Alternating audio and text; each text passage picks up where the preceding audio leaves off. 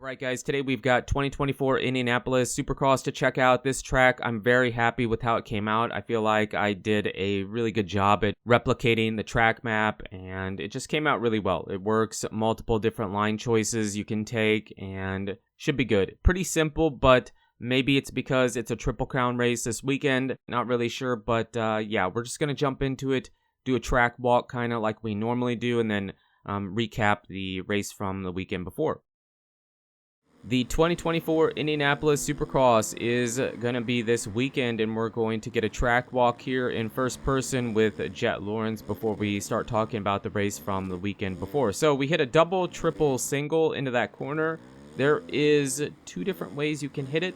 You can go quad, single, or triple, triple. The triple, triple is by far the more difficult way to do it. Here we go, triple, quad. Not terribly difficult. I did have to adjust on it quite a bit to make it work in not an annoying way. Here we go, triple on, step off, triple, triple, the longer rhythm lane on the track. Then we cut back across the start straight, hit a small table, and then hit the whoops. And the whoops, the way I've been doing it, I'm spacing them a bit farther apart so we don't have as many, because in real life they're doing like 9 or 10 or whatever. So yeah, cut back or go back down the start straight the wrong way. Then we hit a triple and the finish line double into a sand section before we connect back to the start straight. So the track is pretty simple, pretty fast, pretty easy. Maybe because it's a Triple Crown race, I'm not sure. Here we go, quad, single. I don't believe they'll actually do that, but it just happened to work out in the game. I didn't build it with the intention on hitting it that way, but it works out. So why not try it? Because it is a video game. And then we hit the triple, triple with Chase Sexton a bit later, but that line, very difficult to hit, very difficult. But we do get it for you. So multiple different ways around this track, and it came out quite well in my opinion. So talking about the race, Jett Lawrence ended up winning. He's the first back-to-back winner this year. He won Daytona and Birmingham. His heat was okay. He got second place, kind of was catching Tomac. Tomac ended up winning the heat. And then in the main, he got a great start. Cooper Webb appeared to get the whole shot, but Jett Lawrence kind of snuck in underneath of him and then just kind of maintain that 2, 3, 4, 5 second gap, and that was it. He won pretty easily, didn't have a bunch of mistakes, and looked great, and has a points lead, a 13-point lead over this guy, Cooper Webb. Cooper Webb got second place. He had a good heat race for the most part. He was in second, got past Jett, but then Jett passed him back, and he tried to make a pass on him by jumping to the inside after a rhythm section, hit Jett, and went down. Jett didn't, Webb did. I believe he got back up to 4th or 5th place, and then in the main, I already said it, he got a great start. Appeared he was going to get the whole shot, but Jett kind of snuck in underneath of him and took it away, and then Webb was in second place and just stayed in second place, 2, 3, 4, 5 seconds back of Jett, but quite a ways ahead of third. So Webb had a good night. He only gave up 3 points to Jett. He's by far the closest one in the championship hunt. He's 13 points back. Everybody else, I believe, is 20 or more. So Webb, it feels like Webb is going to be the main contender against Jett for the title, just because of how consistent Cooper Webb can be. He's very consistent. He can be really fast. He might not always be the fastest, but as the race goes on and the track gets worse, he gets better. So if Jett beats Jett some and Webb can grab a few more wins or a couple more wins, we could have a really, really close title hunt down to the wire. It could be that way, but everybody else is 20 points or more back. It isn't impossible, but they will need some help. They'll have to start winning some races and have Jett beat Jett. Have some misfortune hit Jett, where he goes down or, whatever. He's dumped it over in the lead. They'll need some help.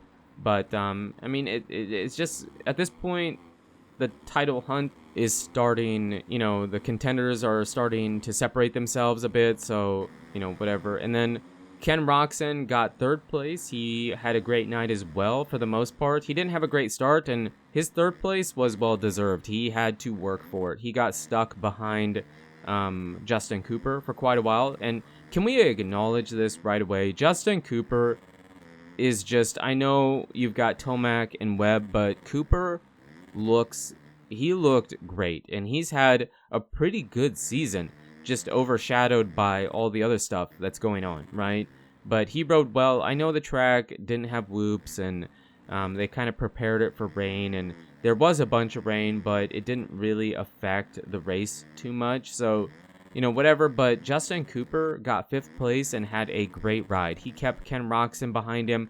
Roczen had to work so hard to get by him. And same with Chase Sexton. Chase Sexton had to work so hard against Justin Cooper to try to get by him for 4th place. So Roczen, well deserved, and that was your podium. But I believe, I'm not exactly sure how far Roczen is behind, but he didn't make up points really. He gave up, what would it be, 5? He gave up like 5 points. So he got even farther behind because Jett is in the lead. But overall, Roczen rode well, and the track, like I said, I kind of want to mention it. It was prepared with the anticipation for a bunch of rain. So the Supercross triple was a double. The whoops were like not rollers, but it was like a double, triple, double, but they were kind of rolled off, and then they just kind of toned the track down from what it was supposed to be. So somebody mentioned that the Birmingham I made wasn't the same. Well, it was until they decided last minute to change it. So yeah, the track was a bit different, and this track kind of resembles that one a little bit. Just hopefully no monster girls on the track, because that's one thing I want to talk about too real quick. So in the main event, Jett Lawrence and Cooper Webb and the rest of the field were about a half a lap done, getting ready to come into the corner before the finish line, and the Monster Energy girl was trying to go across the track. It looked like somebody was calling her across, but Jett went around her, but then she backed up, and Webb he hit her, but it was more like clipped her, and she fell in a good way, luckily, so the rest of the field didn't, she didn't get hit by every single bike in the main event.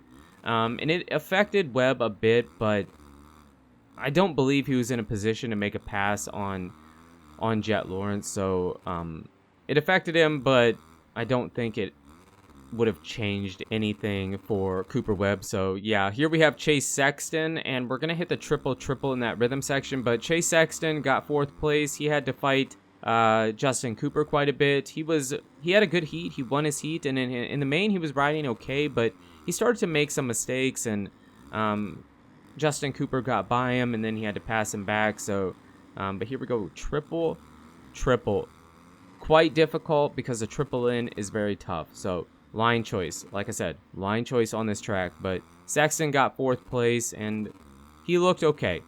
For Daytona and Birmingham, I would say are the 2 races he has appeared to be more himself. I still don't feel he's the same as he was on his HRC Honda ride, but definitely looked better. And then Tomac got 7th place because Justin Cooper got 5th, and then Jason Anderson got 6th because I believe Anderson passed Tomac kind of late in the main event.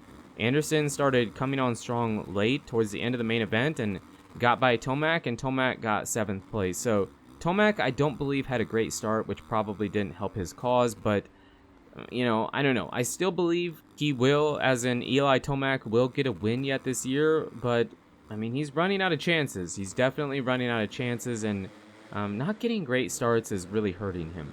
Definitely hurting him. But then the 250s I want to quickly talk about. We had Tom Vial win back-to-back. He looks amazing. He looks so good right now, and probably is the champion favorite to win the championship. And then the Pro Circuit boys, McAdoo and Hammaker, rounded out the podium, and Deegan got 7th, but they docked him to 9th because he went off track and they feel like he had an advantage, and so he got docked to 9th place. So he's 4th place, I believe, in the series standings, and he had some shenanigans. He went down the first turn with Hammaker, wasn't happy, went over to the Pro Circuit truck, wanted to have some words with Hammaker, and then he kind of gave Cody shock, the boot, in the main. I don't know. Somebody said it. Is Haiden Deegan turning heel?